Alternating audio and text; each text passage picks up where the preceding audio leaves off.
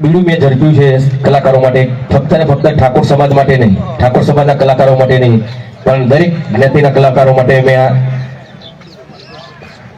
અને ઘણા બધા એવું નથી, દરેક સમાજમાં બહુ સારા સારા કલાકારો છે ભાઈ.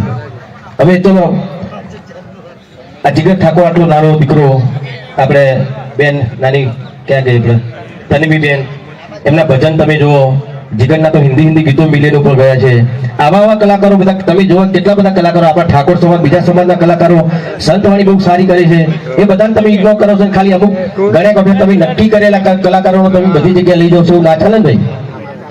હું તો એમ કહું છું સરકારને કે ઉત્તર ગુજરાતમાં તમારો ગવર્મેન્ટનો પ્રોગ્રામ હોય તો ઉત્તર ગુજરાતના કલાકારોને તમે બોલાવો, કાઠિયાવાડમાં હોય તો તમે કાઠિયાવાડના કલાકારોને બોલાવો, જે વિસ્તારમાં જે જિલ્લામાં જે કલાકારો ચાલતા હોય, જ્યાં તમારો પ્રોગ્રામો હોય ત્યાં તમે એ વિસ્તારના કલાકારોને બોલાવો ને. ખાલી ફક્ત ને ફક્ત જે તમે પસંદ કરેલા કલાકારોને તમે બધી જગ્યાએ લઈ જાઓ છો, એ વાત ખોટી છે. લઈ જવા જોઈએ, હું એવું નથી કહેતો, બધા બહુ સારા કલાકાર છે, બહુ મારા બધા કરતા બહુ સારા કલાકાર છે, પણ એના લીધે શું થાય છે કે બીજા કલાકારોને ન્યાય નથી મળતો. ન્યાય મળવો જરૂરી છે. તો બસ મારી તો વિનંતી છે, આમાં કોઈ મારા કોઈ વિવાદ નથી કરવો. અને બીજી એક વસ્તુ મને હમણાં જ જાણવા મળ્યું કે ખાસ બનાસકાંઠામાં ઘણા લોકો વિરોધ ઉઠાવી રહ્યા છે. તો જો મિત્રો બરાબર છે, બધા આપણા આગેવાનો કોંગ્રેસમાં પણ છે, ભાજપમાં છે, જે ત્યાં બધા વિરોધ ઉઠાવી રહ્યા છે. વિક્રમ ઠાકોર, તુમ આગે બળો હમ તમારી સાથે, બહુ સારી વાત છે, તમે જોડે જ છો મારા, પણ કોઈ બીજાનો વિરોધ કરીને આપણે આગળ નહીં વધવું ભાઈ. બસ સાથે રહો, મારા બધા સાથે રહ્યો. ક્ષત્રિય સમાજ, રાજપૂત સમાજ, ઠાકોર સમાજ અને દરેક સમાજને કહું છું, અમારા સાગરભાઈ પટેલ, અમુક તો એવું વિચારું, સાગરભાઈ પટેલ તમે પટેલ છો અને અમારા સીએમ પટેલ છે. સાગર પટેલ કેમ બાદ બાકી કરવામાં આવી ખબર ના પડી, એમનો વિષય છે. તમે પૂછી લો, તમારા બધા ઘરના જ છે એટલે તમારા તમે ડાયરેક્ટ વાત કરી શકો છો. અમે ડાયરેક્ટ વાત નહીં કરી શકતા, બોલાવતા જ નહીં, જોઈ ડાયરેક્ટ વાત કરીએ. બોલાવો ના, એવું નહીં. જો ઘણા બધા આપણા સમાજના નેતાઓ ત્યાં છે, તો ઘણી બધી એમને સરકારમાં હશે એટલે એમને બોલવું જોઈએ, પણ એમની બી અમુક મજબૂરી હોઈ શકે તો ના બોલી શકે. પણ ગુજરાતનું આખું કામ લઈને બેઠા હોય એટલે બધી જગ્યાએ ધ્યાન ના આપીએ તો બરાબર છે, આપણે માનીએ છીએ. પણ જે વચ્ચેવાળા કમિટી વાળા હતા છે, બરાબર, એ લોકોએ પિક્ચર જોયું તો એમને એવું ના થયું કે ભાઈ આ પિક્ચર આપણા સરકાર માટે પણ બહુ સારું એમને મેસેજ આપ્યો છે. એટલું ના થઈ કે આ પિક્ચરને આપણે કોઈ પણ એવોર્ડ આપીએ, ચમ ના આપ્યો, ના આપ્યો, બરાબર. તો એ વસ્તુ સરકારે કેમ નોંધ ના લીધી? તો આ વચ્ચેવાળા બધા તમે જ બેહાડ્યા છે ને, તો એમને કાઢો અથવા તો એમને સુધારો,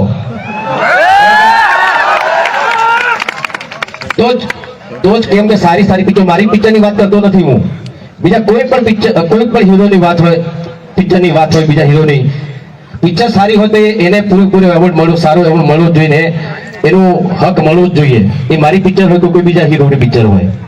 આ ખેડૂતની વાત એટલા માટે કરી કે એમાં સરકારે આપેલો સંદેશ હતો એટલા માટે, છતાં એને ના મળ્યો. ઘણા બધા આવું તો મને તો કેટલાય ટાઈમથી આ લોકો ઇગ્નોર કરે છે. કે કેમ કરે છે એ બી મને ખબર છે, હું ટિકિટ લેતો નહીં એટલે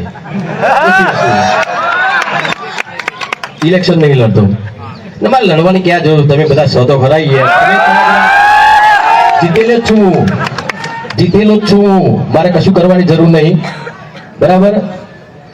એટલે બસ જ્યારે આટલું બધું થતું હતું, બધા ફંક્શનો થતા હતા ગુજરાત સરકારના, એમાં પણ કોઈ પણ જગ્યાએ મને તો બોલાતા જ નતા. મને ખબર ત્યાં નહીં બોલાવ, મને ખબર જ છે આ નહીં બોલાવ્યું, અમને કોમ જ નહીં મને બોલાવવાનું પહેલા તો,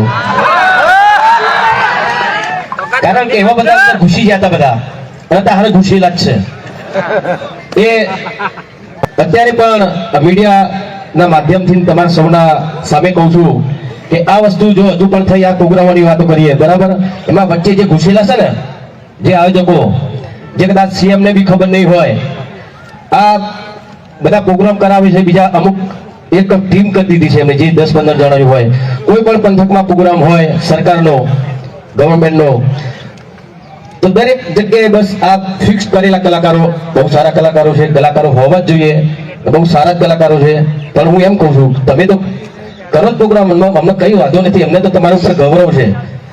તમે ઘણું બધું અમારા ગુજરાતની જનતાને ઘણું બધું આપ્યું છે, ઘણું બધું તમે તમારું સાહિત્ય કઈ ઘણું બધું આપ્યું છે, ભજનો તમે બહુ સારા ગાયા છે.